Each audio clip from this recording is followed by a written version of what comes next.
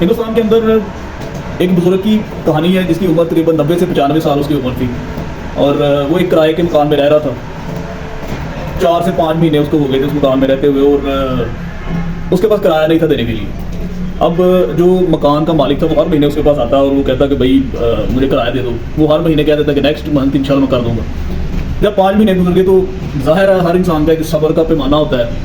वो जो मकान का मालिक था उसने कहा कि भाई नहीं, अब आप इस मकान में नहीं रह सकते। उसने क्या किया कि उसको बाहर निकाला। उसका जो सामान था, एक चारपाई थी, कोई बर्तन थे, कुर्सियाँ 2 थी, एक मेज़ था और प्लास्टर का एक टब वगैरह था, वो उठाए और उसने गली में फेंक। अब बुरा आदमी जो है वो लाचारगी और बेचारगी के आलम में सामने फुटपाथ के ऊपर एक खड़ी वगैरह बनी हुई थी, वहाँ पे बैठ के देखकर शोर पड़ा हुआ था। वहाँ पे सारा मोहल्ला इकट्ठा हो गया। सारा मोहल्ला देख रहा था क्या हुआ। सारे के सारे इकट्ठे हो गए, मालिक मकान के पास गए और जाके उसकी मिन्नत सुनाई की कि भाई हमारा बंदा है तो ऐसा करो कि 1-2 महीने का ऐसे टाइम दे दो तो ये तुम्हारा किराया दे देगा। लेकिन मालिक का नहीं माना।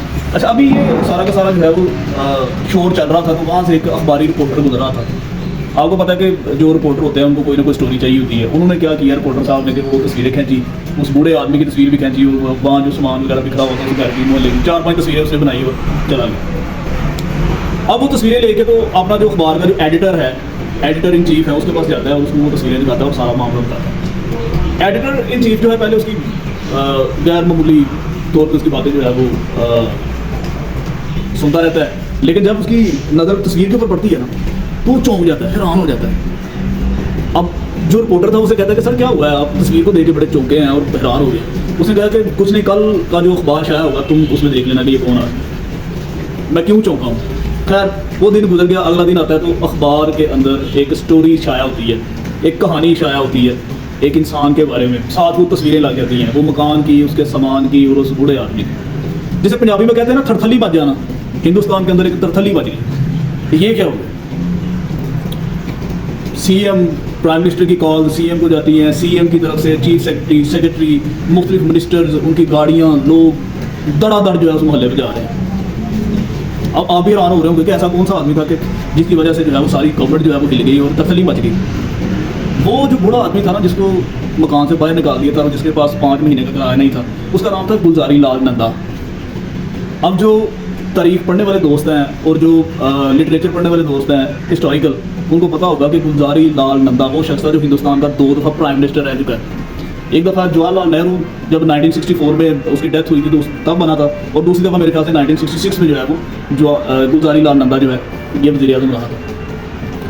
अब सरकार की तरफ से जो है वो उसको ऑफर्स हुई, आप सरकारी क्वार्टर में आ जाएँ, सरकारी गाड़ी आपको मिल जाती है, आपको सरकार वजीफ़ा मुकर्रर कर देती है ताकि आपकी जो ज़िंदगी है वो आने वाले जो दिन है वो अच्छे और खुशहाल गुजर सकें। तो गुलजारी लाल नंदा ने कहा था कि अब मेरा इनके ऊपर हक नहीं है। 2 दफ़ा प्राइम मिनिस्टर रह चुका है, इसकी ये हालत है कि वो एक मकान का किराया नहीं दे सकता। बड़ी तो के बाद उसका 500 रुपये वजीफ़ा मुकर्रर किया गया सरकार की तरफ से। उसके बाद भी वो किराए के मकान में ही ज़िंदा रहा, जितनी देर भी बाद में ज़िंदा रहा, और वो जो 500 मिलता था उसी के ऊपर वो गुजर बसर करता था। 8 या 9 साल बाद में ज़िंदा रहा था और उसी 500 रुपये वजीफ़ा जो है उसके ऊपर ज़िंदा रहा था वो आदमी गुलजारी लाल नंदा। बात करने का मकसद ये है कि ये जो ओहदे होते हैं, ये जो इख्तियारात होते हैं, ये ऊपर वाले की तरफ से होते हैं। कोई वज़ीर आज़म होता है, कोई चीफ जस्टिस होता है, कोई लॉयर होता है, कोई जज होता है, कोई बड़े ओहदे के ऊपर होता है, कोई छोटे ओहदे के ऊपर होता है। लेकिन जब आप ओहदा छोड़ देते हैं ना तो तब आपको ओहदे के जो आपको पहले लवाजमात जो आपको सरकारी तौर पे दिए जाते थे, बाद में आपका उनके ऊपर हक नहीं होता। लेकिन मैंने जो अपनी ज़िंदगी में या हम रोज़मर्रा अखबार में पढ़ते हैं या देखते रहते हैं कि अक्सर जो है सरकारी ऑफिसर जो है वो रिटायर्ड होने के बाद भी फ्लैट्स अपने नहीं छोड़ते, क्वार्टर्स अपने नहीं छोड़ते, बंगलो अपने नहीं छोड़ते, उनको मुलाजमी दिए जाते हैं। अगर पहले 4 गाड़ियाँ थी तो बाद में 1 गाड़ी उसको दे दी जाती है, खान सामे दिए जाते हैं। लेकिन जो ऑनेस्ट होते हैं ना, जो ईमानदार होते हैं, वो अपने टेनोर के अंदर भी ईमानदार रहते हैं और मरने के बाद रिटायरमेंट के बाद मरने तक जो है तब भी ईमानदार रहते हैं। और यही वजह होती है जिस मुल्क में ऐसे लोग होते हैं वो मुल्क, वो उनका सिर्फ अपना फ़ायदा नहीं होता, वो एक दिन पूरी दुनिया में उस मुल्क का नाम होता है। बचपन में हम पढ़ा करते थे ना, मैंने पहले बताया था, honesty is the best policy. ईमानदारी जो है वो बेहतरीन हिकमत अमली होती है। अगर आप ईमानदार हैं ना, अगर आप ईमानदार हैं तो इसमें दिन तो लग सकते हैं, वक्त तो लग सकता है, लेकिन आज नहीं तो कल पूरी दुनिया आपको मानेगी।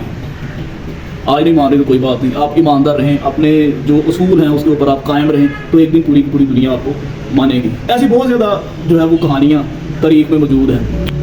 हम उस तारीख को बदल नहीं सकते जाके, ना ही हम हमारे पास टाइम मशीन है कि वहाँ पे जा सकते हैं, उनसे मुसाफा कर सकते हैं, मिल सकते हैं। लेकिन हम उनसे सीख सकते हैं, उन कहानियों से हम सीख सकते हैं। वो जो लोग अब इस दुनिया में नहीं रहे लेकिन उनका नाम हमेशा रहेगा, हम उनसे सीख सकते हैं कि ऐसे ज़िंदगी गुजारनी चाहिए।